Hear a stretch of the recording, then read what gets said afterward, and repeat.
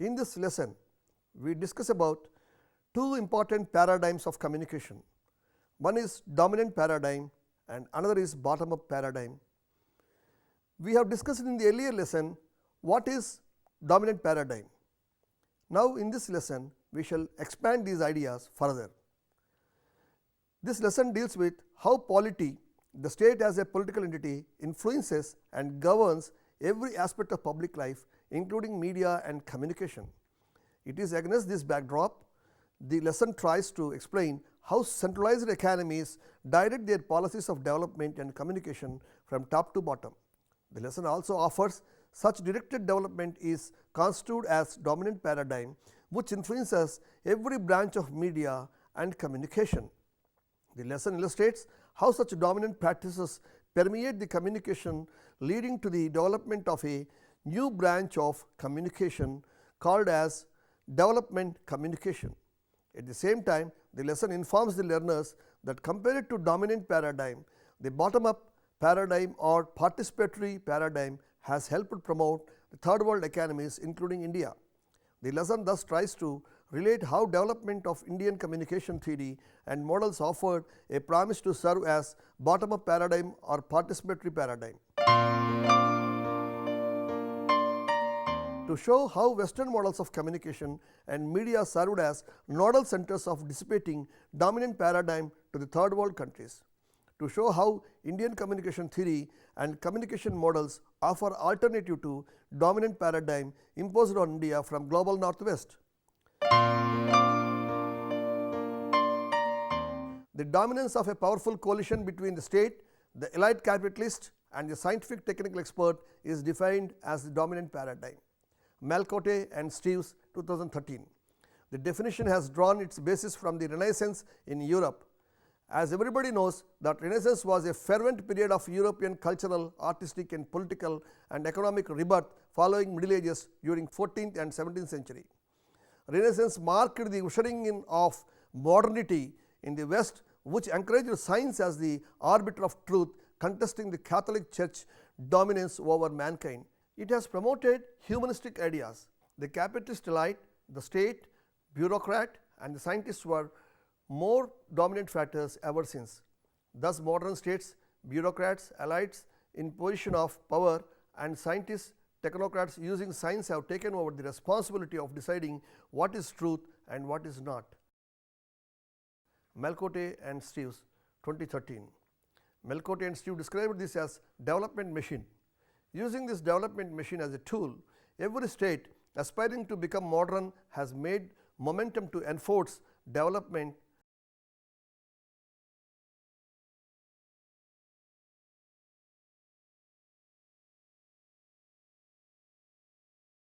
Nandi posited that the coercive power of governments to control their populations or wage war against others comes from the application of sophisticated scientific method.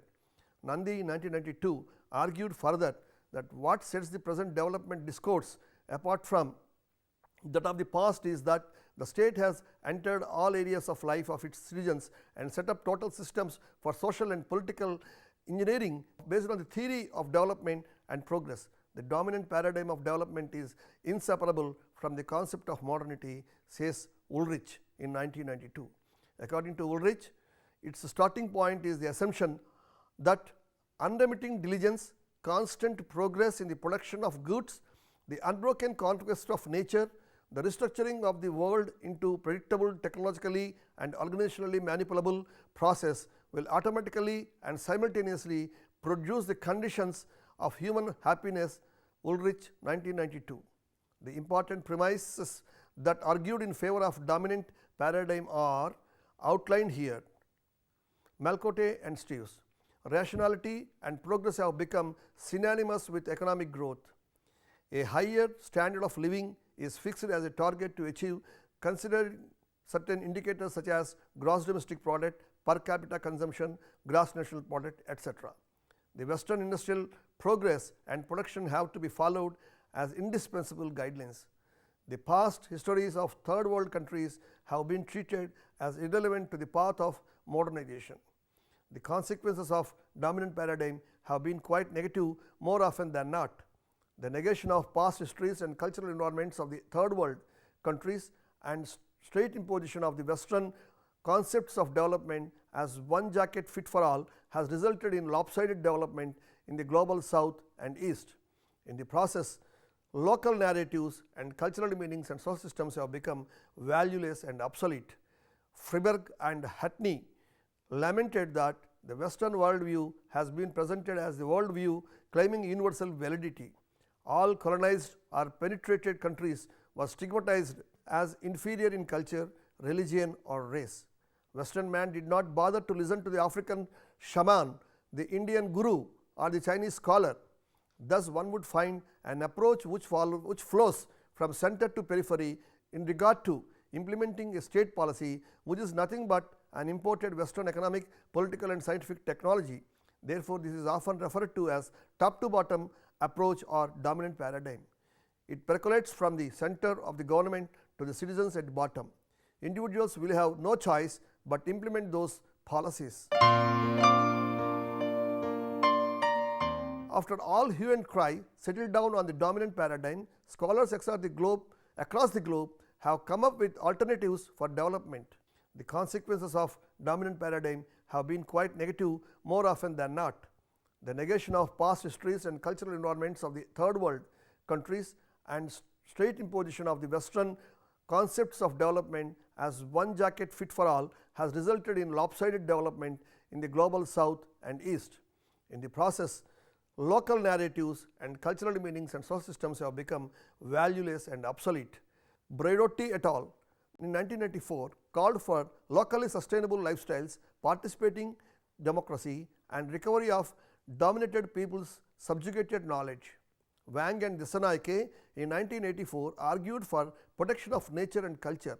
They defined development as a process of social change which has its goal the improvement in the quality of life of all the majority of people without doing violence to the nature and cultural environment in which they exist, which seeks to involve the majority of people as closely as possible in this enterprise, making them the masters of their own destiny.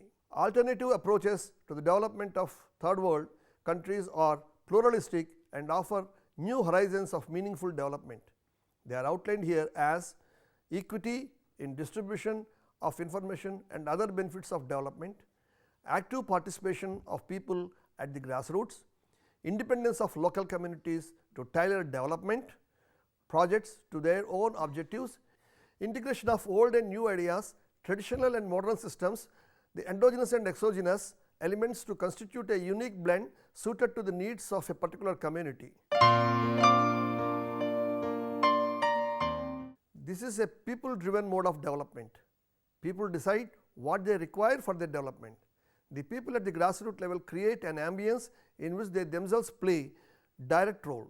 The counter discourse to dominant paradigm acknowledges the point that development takes root in combination of both material and human consciousness of the people who are to act as the active agents of social transformation in their respective societies. At more specific level, argues Sinha in 2013, it rests on indicating intelligent and proaction of people in order to set the goals of development and its subsequent implementation. He further adds that more specifically in this people sourced approach to development, the stress is on popular mobilization and participation and on decentralization as opposed to delegation of power. Therefore, the counter discourse for dominant paradigm calls for active engagement of people at grassroots level, and the people cannot any longer be treated as passive recipients.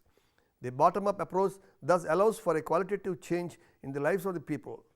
Sane 1993. In the counter discourse, development does not become, argues Sinha, a catchword or a political slogan. On the other hand, it seeks to make way for the people to exercise their informed choice. This approach thus allows a large scale participation of people at grassroots level. It reminds us the statement of Rajani Kothari on the role of communication in developing countries in 1988. He says that communication process that contains forces of backlash and promotes forces of transformation and survival.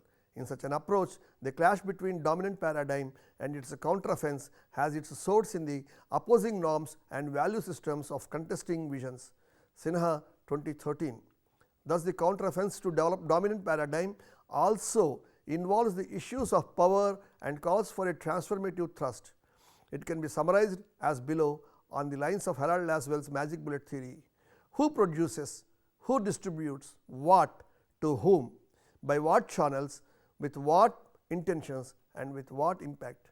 In order to make the development communication meaningful, it has to meet following criteria: fundamental commitment to the people-centric and people-driven development, problematization rather than quick-fix solutions, empowerment, capacity building, reciprocal learning and collaborative networks, free flow of locally relevant information for critical reflection and deliberation, strengthen the local level decision making.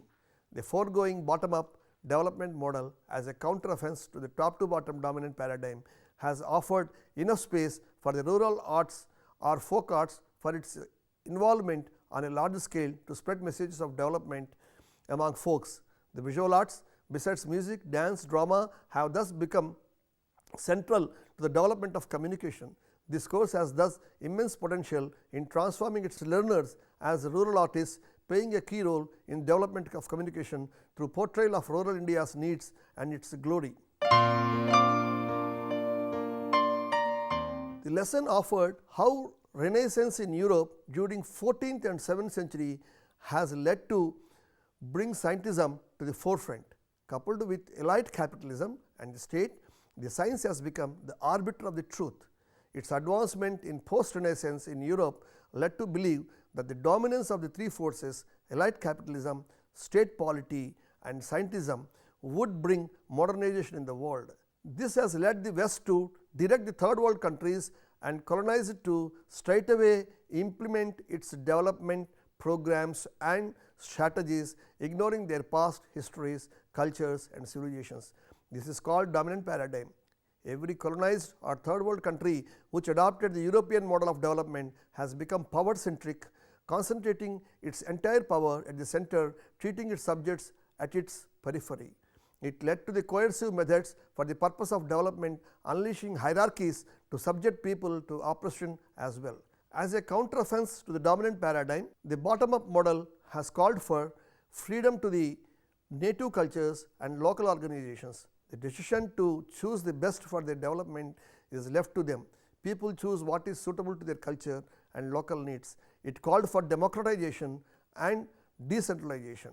The development policies that contribute to bottom-up development constitute development communication. Religion and culture play a key role in development communication. The visuals reflecting the rural settings and development form the core of visual communication. The fine arts, which combine art such as drawing, painting, music, dance and drama, have become major tools for the rapid spread of local messages among rural populations. Thus, the folk arts, including visual arts, form the core of rural development communication. Thus, the folk arts, including visual arts, form the core of rural development communication. Now, let me analyze Harold Laswell's model of linear communication, which we also call as dominant paradigm or top to bottom flow of communication. For instance, Harold Laswell says who says what in which channel to whom with what effect. This is the primary model of Laswell, but if you really analyze this, you understand who is the communicator here. Says what is the message, in which channel is the medium, to whom is the audience, that is the receiver, with what effect is the effect that is producing out of his model. So, in the analysis part of this message, you understand the communicator is the controller. He does the act of controlling the whole process of Harold Laswell's communication model, and the message is the content, and the medium is the media in which he has communicated this. For instance, he may have used radio or he may have used film, because the time around which he produces this theory is called Second World War. Therefore, he has used both radio as well as film for his propaganda, which is also considered a counter propaganda to Nazis propaganda during Second World War. As regards audience, he has analyzed the audience as general public. In the case of German propaganda, it was German audience or Nazis. In the case of rest of the world, it is US audience or third world audience who are under colonial rule. In the case of effect, what effect his messages have produced is very, very, very important, because it has brought a big change in the attitude of the public. Therefore, Harold Laswell's model of communication is called strong efforts model. It is a wonderful model that we have ever seen in the 19th century. Thus, the folk arts, including visual arts, form the core of rural development communication. Now, let me analyze Harold Laswell's model of linear communication, which we also call as dominant paradigm or top to bottom flow of communication. For instance, Harold Laswell says who says what in which channel to whom with what effect. This is the primary model of Laswell, but if you really analyze this, you understand who is the communicator here, says what is the message, in which channel is the medium, to whom is the audience, that is the receiver, with what effect is the effect that is producing out of his model.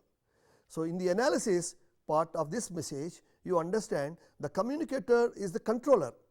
He does the act of controlling the whole process of Harold Laswell's communication model, and the message is the content, and the medium is the media in which he has communicated this. For instance, he may have used radio or he may have used film, because the time around which he produces this theory is called Second World War. Therefore, he has used both radio as well as film for his propaganda, which is also considered a counter propaganda to Nazis propaganda during Second World War. As regards audience, he has analyzed the audience as general public. In the case of German propaganda, it was German audience or Nazis. In the case of rest of the world, it is US audience or third world audience who are under colonial rule. In the case of effect, what effect his messages have produced is very, very, very important, because it has brought a big change in the attitude of the public. Therefore, Harold Laswell's model of communication is called strong efforts model. It is a wonderful model that we have ever seen in the 19th century.